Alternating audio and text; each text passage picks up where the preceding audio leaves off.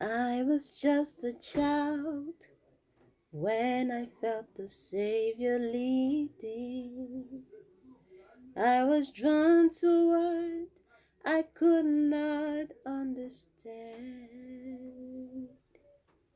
For the cause of Christ, I have spent my days believing that what He had me be is who I am. As I've come to see the weaker side of me, I realize His grace is all I need.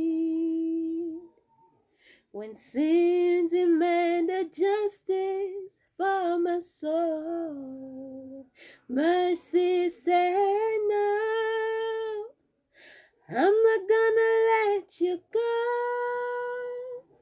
I'm not gonna let you slip away, and you don't have to be afraid.